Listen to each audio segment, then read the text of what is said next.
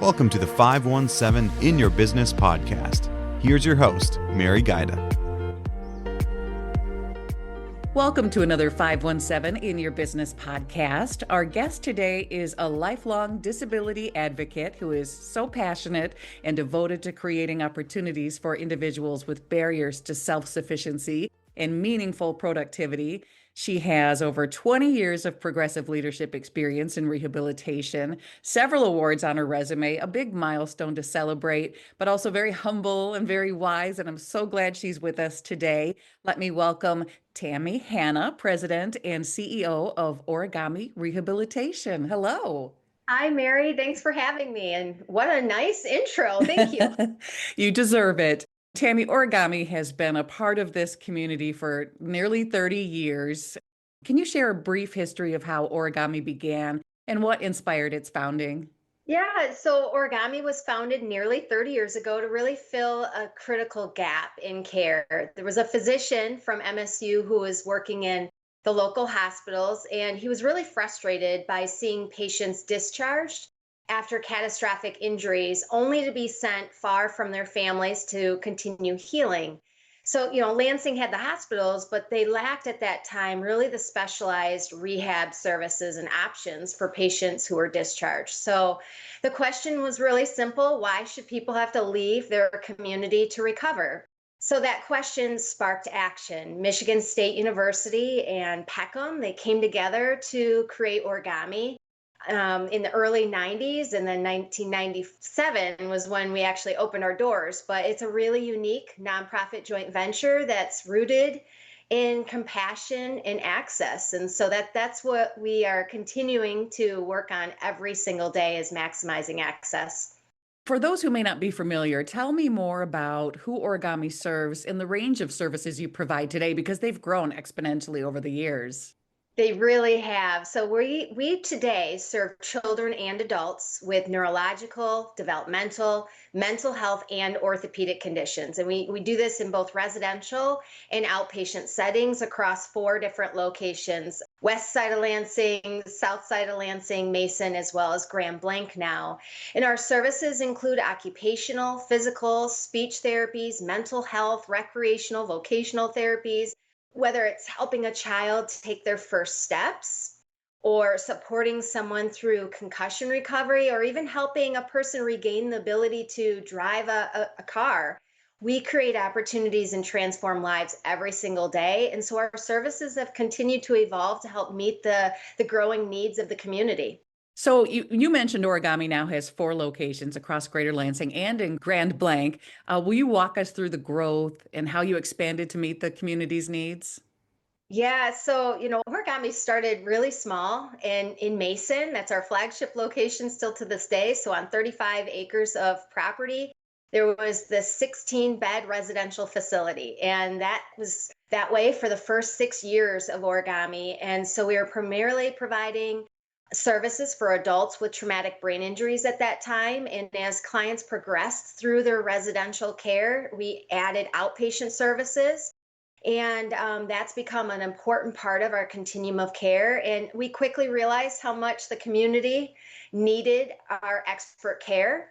So when our Mason site reached capacity, we got creative, and we opened Origami West in the west side of Lansing to expand access. And that's where we really hit the ground running, and not only serving adults, but also serving kids, our pediatric services. So then came Origami Green Lawn in South Lansing, where we have a really exciting partnership with Child and Family Charities, where we've joined their nonprofit hub over on McLaren Hospital's Legacy campus. And around that same time, which all happened, latter part of last year, and then opened in January, same time as Origami Green Lawn, we acquired an established outpatient clinic in Grand Blanc. And so we refer to that as Origami East. So now we get to serve more people in mid-Michigan, and we're having a lot of fun doing that. And Mary, I just want to say, our growth has always been to not get bigger, but to continue to eliminate those barriers to care. And really that comes to the fact of needing to be in the communities where we're finding that there is a greater need. And so every new location really reflects our mission of bringing expert rehab services closer to where people need them most. Yeah, it's amazing. In your view, what sets Origami apart from other rehabilitation providers? So without a doubt, that's an easy one, Mary. It's our people. You Yeah. know, we're mission driven. The team is fueled by heart hustle and certainly a deep sense of purpose. You know, as a nonprofit, we're really here to fill a gap where others can't or they won't. And so we collaborate, we innovate, and we really show up every day to push what's possible for those we serve. So it's all about the people. It's, that makes Origami the special place that it is. And it's special because it makes it where people really enjoy working for Hmm. us. At least I really enjoy working there because of the people. And certainly it makes receiving our care easier and more enjoyable too for people in need. And you mentioned you're a nonprofit dedicated to expanding access to care. Can you talk about how important it is for the community to support your mission and how efforts like your Unfolding Potential Breakfast help ensure that people can have the access to the care they need? Yeah, our work at Origami is more than physical healing. Hmm. It's about helping people rebuild their lives, right? And so we can't do that alone. It takes a lot of resources, a lot of people. So while Origami is growing, it's not because it's easy, but because the need is growing. So we're expanding our reach, and with that growth comes a greater responsibility. And so every time we open a door, there's someone on the other side waiting for help. And that's why support from our communities is more essential than ever. Donations help make sure that care can happen, even when insurance doesn't cover the cost of delivering the care that we need to provide. It's specialized care.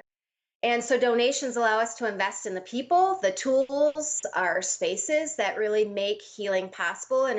And those donations really help us to say yes to those who need us most. And so I just want to plug our fundraising event. It's our Unfolding Potential Breakfast is on October 22nd. It's a Wednesday from 8 to 9 at Eagle Eye in Bath this year. And, it's a really special time to learn more about our mission. We share some really inspiring stories, and we really encourage others to make an impact through their financial contributions to our mission. So we're hoping that people will be available and reach out to us and learn a little bit more about what we're doing every day. And they can do that anytime by coming out to Origami, but also to this annual fundraising breakfast. I find that in our community, sometimes we don't know what we don't know, right? Until something happens that puts you in the place where you suddenly are forced to find out. And then, sure, you are grateful. But to get that word out for everybody to know about the services you provide is so valuable. It's so true.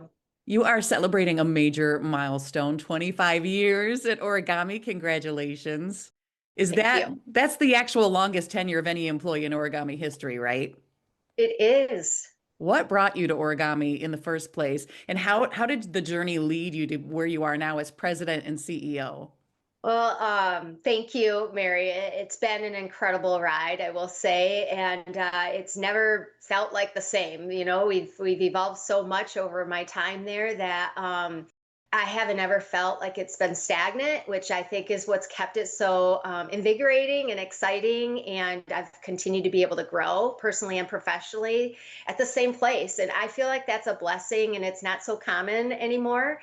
I first came to Origami as a student, completing my final clinical rotation in occupational therapy. And so right after graduation, I was in the right place at the right time, I say. I was hired as Origami's first full-time therapist.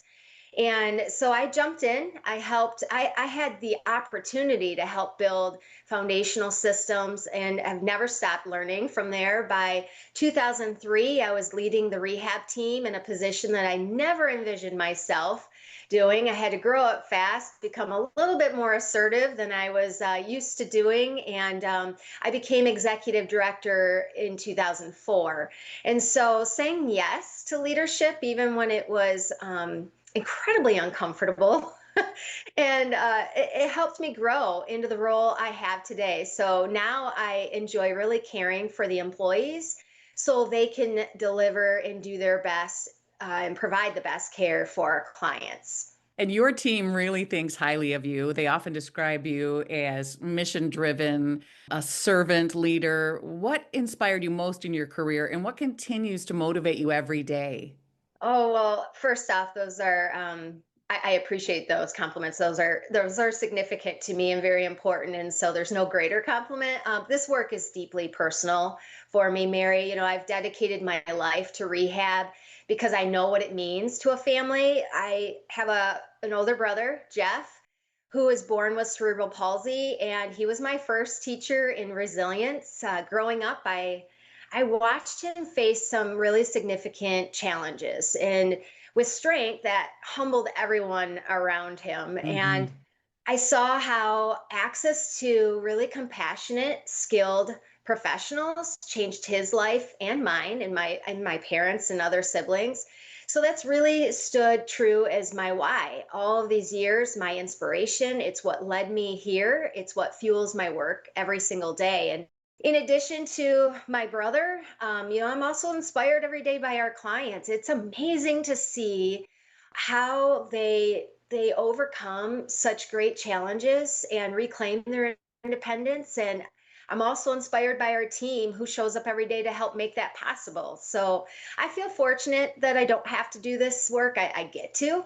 And I Right. often say that to our staff too. It's an honor to be able to do what we do every day, to have people trust us to deliver really important care that impacts their life. It's life-changing work. So it doesn't feel like it's been 25 years, and I think that's a really good thing. Absolutely. So, looking back over the 25 years, what achievement are you most proud of during your time at Origami?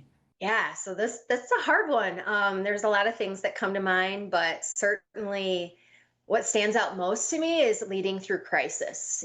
From the Mm. pandemic to the reform of Michigan's auto no fault insurance, which was one of Origami's primary funding sources for so many years for the individuals who survived catastrophic injuries. Certainly that was one of the hardest chapters, but also one of the most defining. And so I'm proud that we didn't just survive, but the team came together. We rallied, we adapted, we innovated. And I honestly feel we came out stronger because of it, not just as colleagues to one another, knowing that, wow, look at us, what we've been able to accomplish. And now we're on the other side of Right. those crises, but we're not entirely out of those challenging times. This was always I feel like it's the nonprofit way, it's the rehab way of we always have to convert challenges into opportunities. And it takes a lot of positivity, a lot of innovation, a lot of teamwork, and certainly a lot of patience to be able to look at it that way, especially when it feels like the whole world is crumbling down. So, but that's what we're committed to doing, and that's what we're busy doing. So, I would certainly say one of the greatest achievements I'm proud of is born out of state of discomfort, which is where we all know the most growth happens. Absolutely. So, when you think about the future, what do you hope your legacy at Origami will be? I hope my legacy is about leading with integrity, doing what's right, even when it's hard, and especially when no one's watching. I've always believed that staying true to the mission and treating people with respect and kindness will really take you further than any title or strategy ever could. But more than anything, I really hope I've created a culture where people feel empowered to be bold, to care deeply, and to lead from wherever they are.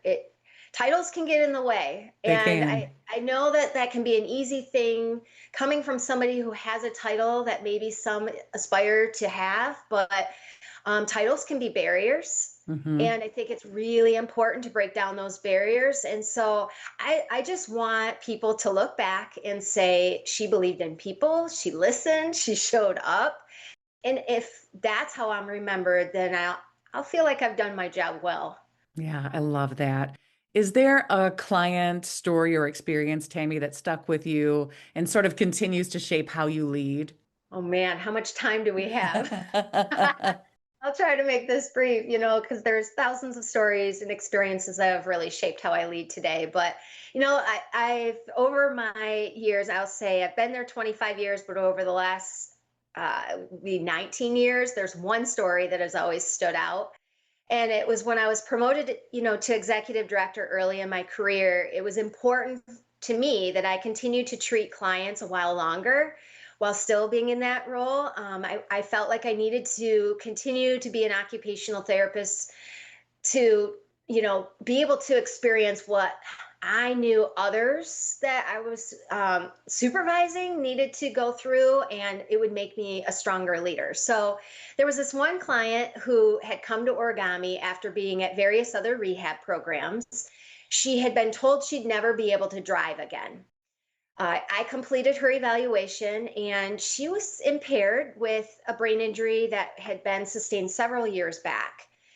However, her determination and willingness to learn strategies and her receptiveness to even my feedback through the evaluation period was just so compelling. And it led to me feeling like, there may be some potential here. So I recommended driver's retraining. The overseeing physician wasn't very happy with me, and Hmm. they didn't like that I was entertaining this. Nor was the mental health counselor on the team happy because they thought I was giving her false hope after, so many years. But with every treatment session, I could see objective progress. So I continue to follow my gut instincts and my professional findings. And I dealt with those challenging conversations with very seasoned healthcare professionals. I wasn't very seasoned at that time. So I felt like I was going out on a limb. So fast forward, Mary, after several months with that client successfully passed her driving test. And a year or so later, she came back to Origami to say hello, to thank me again for believing in her. And from my office window on that day she came back, she pulled up, got out of her truck. She was driving it, got out of the truck. And it was a moment I'll never forget where I was alone in my office waiting. She was going to come into the building. There was just so much pride in knowing that I had helped to make that impact and I took advantage of her resilience. And so it was really a light bulb of, hey, there's an importance of advocating, doing what you feel is right despite adversity, and believing in myself to do really hard things and go against the grain, even when it didn't make me very popular. So this story has remained with me because there's a lot to be said in all of those things. As a leader, you're not always popular, you're not always liked, you can't be everybody's friends. It can be lonely, but in the end, if you can see the fruits of your labor that helps the greater whole, then it makes it all worth it. That just gives me goosebumps. That's an incredible story. And it actually it leads me to something personal, but I've got permission to share this with. So a person involved with my family, a fiance, long term, has had a recent cardiac arrest and a subsequent brain injury. And it strikes us all that he's just sort of been left to fend for himself now. And it makes me want to ask you, what do you say to people out there who need to advocate for themselves to get the continued care they need and to know that there is hope out there to see improvement in their brain injury and not just to accept, what they've been told and just sort of left to handle it on their own? Oh, good question. Everyone has a voice, everyone has a story, everyone has a right to the access that they deserve. And so don't give up. Use your voice, stand up tall, and really, you never know who knows somebody who knows somebody, and Right. the community feel here, especially in Lansing, is special in that way. And so don't back down, keep persisting. It's amazing, how many roadblocks you can plow through when you keep your strength and you have great determination and resilience. Absolutely. And I always say we have to be our own biggest advocates. So true. Yeah. So thank you so much for all of the information today. I think you and your team do amazing things. The continued growth and success has been a pleasure to watch because of what you do. So for listeners who want to learn more about origami or connect with you, how should they do that? I encourage people to reach out to us in any way that works for them, whether that's our website, which has a lot of information at origamirehab.org. There's a lot of information about programs and services. They can also feel free to connect with me on LinkedIn. You'll find me under Tammy Hanna. I'd love to start a conversation. Thank you for being here. Congratulations on 25 years at Origami. Thank you so much, Mary. Thanks for listening to the 517 In Your Business podcast. Get to know local businesses better by reading 517 Business Magazine. Get your subscription at 517mag.com/subscribe.